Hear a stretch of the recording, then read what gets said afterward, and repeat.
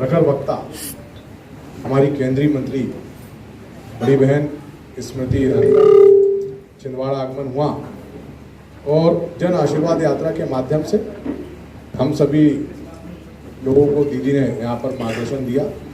जन आशीर्वाद यात्रा 3 दिन छिंदवाड़े में थी और सौभाग्य था कि आज छिंदवाड़े विधानसभा की जन आशीर्वाद यात्रा दीदी लेकर के आई और इसी तरीके से दीदी का मार्गदर्शन हमें हमेशा मिलता रहे। हम लोग ये छिंदवाड़ा के पत्रकार परिषद में यहाँ उपस्थित सभी पत्रकार मीडिया भाई और बहनों को सर्वप्रथम आभार व्यक्त करती हूँ आपकी उपस्थिति के लिए। मेरा सौभाग्य है कि आज संगठन ने मुझे जन आशीर्वाद यात्रा छिंदवाड़ा जिले में आकर कार्यकर्ताओं से काम करके उनसे संवाद कर समन्वय करने का मौका दिया। सर्वप्रथम मैं जिला की इकाई का अभिनंदन करती हूँ। 5 आम सभाएं, 70 रथ की सभाओं के माध्यम से 140 विविध स्थानों से गुजरती हुई इस यात्रा में 50,000 नागरिक सम्मिलित हुए। जो नागरिक इस यात्रा में पधारे उनके आशीर्वाद के लिए मैं भारतीय जनता पार्टी की ओर से उन्हें आभार व्यक्त करती हूँ। हमारे जिला अध्यक्ष ने अपनी व्यथा को और कांग्रेस पार्टी के नेतृत्व के संदर्भ में जो कटु सत्य है उसको आपके सम्मुख उजागर किया। यह सत्य है कि मध्य प्रदेश ने एक वक्त ऐसा देखा था जब पूरा प्रदेश आर्थिक चुनौतियों से ग्रस्त था। प्रदेश में विकास को संपूर्ण रूप से परिभाषित करने के लिए कोई भी ऐसी व्यवस्था नहीं थी जो गरीब कल्याण के संकल्प को दर्शाए, जो महिला उत्थान के कामों को बिगड़ा सके, जो युवा को और भी शक्तिशाली कर आर्थिक व्यवस्थाओं को सुदृढ़ करने का संकल्प दिखलाता हो। यह हमारा सौभाग्य है कि प्रदेश की जनता ने हमें सेवा का मौका दिया। आदरणीय शिवराज जी के नेतृत्व में वर्षों से जो विकास की नींव रखी गई उसके चलते आज कई उपलब्धि है जो भारतीय जनता पार्टी के कार्यकर्ता बड़े गौरव के साथ जनता के सम्मुख प्रस्तुत करते हैं। 44 लाख से ज्यादा ग्रामीण अंचलों में आवास का बनना भारतीय जनता पार्टी की सरकार की बहुत बड़ी उपलब्धि है। हमारे राष्ट्र के इतिहास में कभी भी गरीब को सालाना 5 लाख रुपए की व्यवस्था उसके उपचार के लिए कभी किसी सरकार ने करके उपलब्ध नहीं कराई। यह हमारा गौरव है कि आज मध्य प्रदेश में 3 करोड़ 60 लाख से ज़्यादा हमारे नागरिक आयुष्मान भारत योजना के अंतर्गत भारत सरकार और प्रदेश की भाजपा सरकार की सेवा प्राप्त कर रहे हैं। मैं आनंदित हूँ ये कहते हुए कि इस योजना के अंतर्गत लगभग 30 लाख लोगों का निःशुल्क उपचार मात्र प्रदेश में संभव हो पाया है। बेटी लाडली है और बहना भी, ये शिवराज जी का न सिर्फ सिद्धांत है बल्कि उनके शासन ने उनके सिद्धांत को, उनके संकल्प को धरातल पर फलीभूत करके आज उनकी वजह से 40 लाख से ज़्यादा हमारी बेटियां लाडली लक्ष्मी योजना के अंतर्गत अब लखपति बन चुकी हैं। 13 लाख से ज़्यादा बेटियां स्कॉलरशिप पा चुकी हैं और लाडली बहना योजना के तहत अब तक 3600 करोड़ रुपया प्रदेश की बहनों के बैंक के खाते में पहुंच चुके हैं। ये भी आनंद की बात है कि नरेंद्र भाई के नेतृत्व में जनधन योजना की एक सफल भूमिका मध्य प्रदेश में हमने देखी, जहां पर 3 करोड़ 70 लाख बहनों का जीवन में पहली बार बैंक का खाता खुला। ये भी एक विषय हर व्यक्ति के लिए एक वंदनीय विषय है कि जब देश पर कोरोना की विपदा आई तो नरेंद्र भाई ने संकल्प लिया कि हर गरीब तक मुफ्त का अनाज पहुंचे। मध्य प्रदेश में 5 करोड़ से ज़्यादा हमारे नागरिकों को ये सहयोग मिल रहा है और इस सहयोग के साथ साथ मुख्यमंत्री जी के सौजन्य से दीनदयाल जी के नाम से प्रेरित गरीबों के लिए विशेष रसोई का भी आयोजन किया गया है।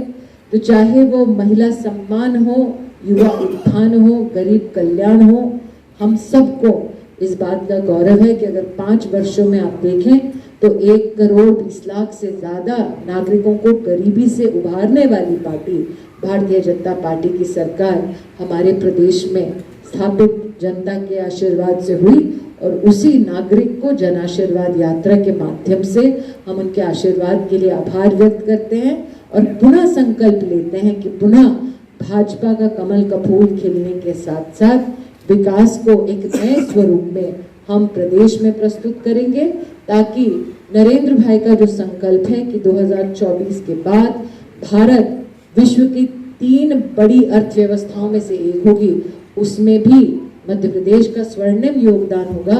यही संकल्प के साथ पुनः आपकी उपस्थिति के लिए आपको आभार व्यक्त करती हूँ। मैडम की जो मौजूदा स्थिति है मध्य प्रदेश में अभी हम देख रहे हैं, दिन रात सुनने में भी आता है कि दलितों और आदिवासियों पर अत्याचार की घटनाएं बहुत ज़्यादा बढ़ रही है और जो एक महिला उत्पीड़न को लेकर के भी मध्य प्रदेश आज भारत में ये सरकार के आंकड़े हैं नंबर 1 पोजीशन पर है। कैसे देखती हैं आप? सरकार के आंकड़े उस कार्यकाल के लिए हैं जब कमलनाथ जी के हाथ में बागडोर थी, तो मैं आभारी हूं कि आपने कमलनाथ जी का पर्दा फाश किया है सभी पत्रकारों के सामने।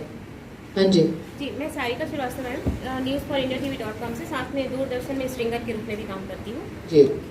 मेरा ये सवाल है कि क्या शिवराज सरकार सिर्फ लाडली बहना योजना और लाडली लक्ष्मी योजना को लेकर ही आगे का चुनाव जीतना चाहती है? मुझे ऐसा मैं क्वेश्चन पूरा कर लूँ, क्योंकि कल मैं भोपाल और नर्मदापुरम होते हुए छिंदवाड़ा आई हूँ, तो यहाँ पर मैंने बीच बीच में युवाओं को ये पाया कि मामा जी सिर्फ भांजियों को देख रहे हैं, बहनों को देख रहे हैं, और रोजगार की जो बात है उससे युवा बहुत ज़्यादा परेशान है। और यहाँ तक अभी कुछ समय पहले जब यहाँ पर पटवारी का रिजल्ट आया तो उसमें बहुत बड़ा घोटाला पाया गया।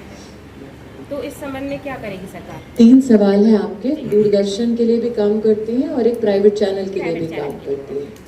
तो पहले तो मैं स्तंभित हूँ थोड़ा कि आप सरकार में कैसे काम कर रहे हैं और प्राइवेट में कैसे काम कर रहे हैं। बताना सच था मैडम, इसलिए मैं ये नहीं मैं समझ रही हूँ, इसीलिए क्योंकि काम पत्रकार एक ही व्यवस्था इस में। बात से सहमत हूँ मैडम कि जब से सरकार आई है तब से 2003 से लेकर 2017 तक मैं बोलूं जी तो ये सत्य है कि जब कांग्रेस पार्टी के पास 15 महीने सत्ता थी तो शिवराज जी जो नौजवानों को लैपटॉप देने की व्यवस्था कर चुके थे उसको खंडित करने का काम, उसे रोकने का काम कांग्रेस पार्टी ने किया। ये सत्य है कि कांग्रेस पार्टी ने न सिर्फ युवा के कल्याण को और टेक्नोलॉजी के कार्यक्रम को खंडित किया, बल्कि कांग्रेस पार्टी ने युवाओं को झूठा बयान भी दिया था कि वो भत्ता देंगे, लेकिन नहीं कर पाए। लेकिन हाल ही में अगर आपने EPFO के आंकड़े देखे होंगे जिसको इकोनॉमिक टाइम्स जैसे अखबारों ने प्रेषित किया है, उसमें गत 2 से 3 वर्षों में 5,20,00,000 फॉर्मल जॉब्स EPFO के माध्यम से आंकड़ा आया है, जिसमें व्यक्ति स्वयं इनफॉर्मल नहीं फॉर्मल सेक्टर में जॉब्स पा रहा है। दूसरा, मुख्यमंत्री जी ने स्वयं नौजवानों को प्रदेश में स्किल्स की दृष्टि से उनकी ट्रेनिंग की व्यवस्था विशेष रूप से कराई, ताकि वो ट्रेनिंग पाकर अगर स्वयं अपना व्यवसाय करना चाहें तो वो व्यवसाय करने का सामर्थ्य भी रखते हैं। बैंक में मुद्रा योजना हो या स्वनिधि योजना हो, इसकी व्यवस्था भी है। तो स्किल एंड स्किल अप ये व्यवस्था मध्य प्रदेश में भी उपलब्ध है।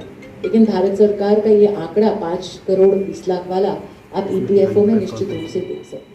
मैडम अभी जिक्र किया था बंटी ने भी कि जिस तरह से 14 पत्रकारों के ऊपर बैन करा है, इसके लिए आप विपाकी से बात रखती हैं, इसके विषय में आप क्या बोलना चाहेंगे? मैं स्ट्रिंगर रह चुकी हूँ। देखिए, ये हास्यास्पद है कि आप इमरजेंसी के कालखंड को साल 2023 में दोबारा प्रकट रूप से राष्ट्र के सम्मुख प्रस्तुत करने का दुस्साहस करें। उस वक्त और आज के मीडिया में जमीन आसमान का अंतर है। आज अखबार और चैनल और रेडियोस के अलावा सोशल मीडिया भी बहुत बड़ी ताकत रखता है। ये मात्र 14 पत्रकारों का ही विषय नहीं है। ये जब उनके हाथ में व्यवस्थाएं होती हैं तो लोगों को कैसे सोशल मीडिया पर भी दंडित करते थे, ये उसका विषय भी है। तो कांग्रेस ना घोटालों से बाज आएगी, ना सनातन धर्म पर प्रहार से बाज आएगी। अगर कांग्रेस को किसी चीज को रोकना है तो सिर्फ सच उजागर होने से रोकना है और उसको उजागर करने वाले पत्रकार से रोकना है। तो हर विषय पर, जैसे आज मैं एक भी यहाँ पत्रकार को नहीं जानती, मेरे पास ऐसी कोई सहूलियत नहीं है कि आप में से कौन सा पत्रकार कब क्या पूछेगा। ना ही मैंने किसी पत्रकार को बोला कि आप मुझसे मत पूछे, आप पूछिए। तो अगर आप राजनीति में हैं तो आपको सच का सामना करना पड़ेगा। अगर आप आज राजनीति में हैं तो पत्रकारिता या मीडिया हमारे संविधान का ही और राजनीति का और देश की डेमोक्रेसी का एक बहुत ही मजबूत स्तंभ है। उस स्तंभ को गिराकर आप ना लोकतंत्र को आगे बढ़ा सकते हैं ना अपनी राजनीति को। हाँ जी, आज वही गैस सिलेंडर कम होने के बाद भी 2.5 मैं हाँ जी, आप चूंकि पत्रकार हैं तो निश्चित रूप से आप रिसर्च भी करते होंगे।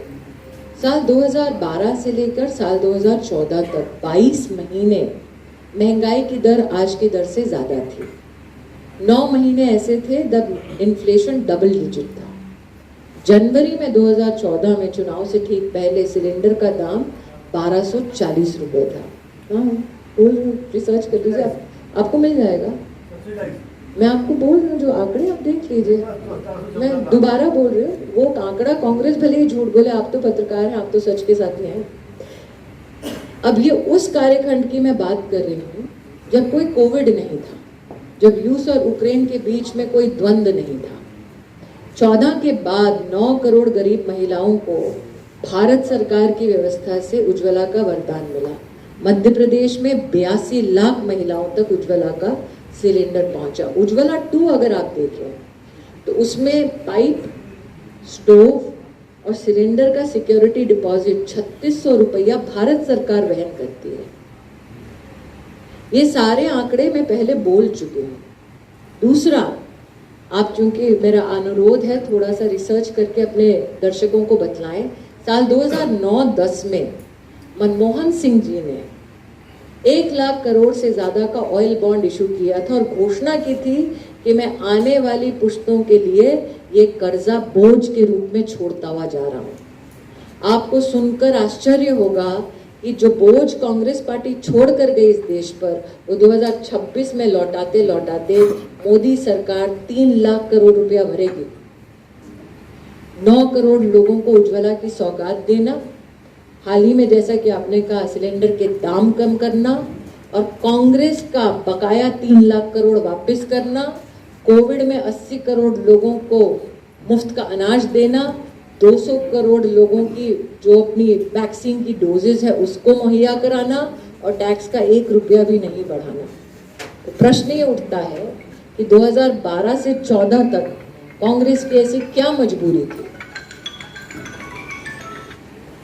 मैडम, मैं देवेंद्र गोपी ठाकुर एमपी की बात से। मैडम, देवेंद्र गोपी ठाकुर एमपी की बात, भारत और इंडिया का भी चर्चा चल रही है कि नाम क्या रखा जाए। इस बीच में आप हिंदुस्तान को कहाँ पाए? देखिए, मैं चूंकि स्टिंगर रह चुकी हूँ, मैंने मैडम से कहा, एडिट में भी बैठ चुकी हूँ और हेडलाइंस भी मैं देख चुकी हूँ। मेरा भाई साहब, आपके कितने साल का अनुभव है? मेरा 25 साल का मीडिया वाला। तो भारत, इंडिया और हिंदुस्तान का जो आप हेडलाइन के लिए प्रश्न पूछ रहे हैं, मैं आपको आपकी हेडलाइन चेजिंग के लिए अभिनंदन देती हूँ और आपको निराश करती हूँ।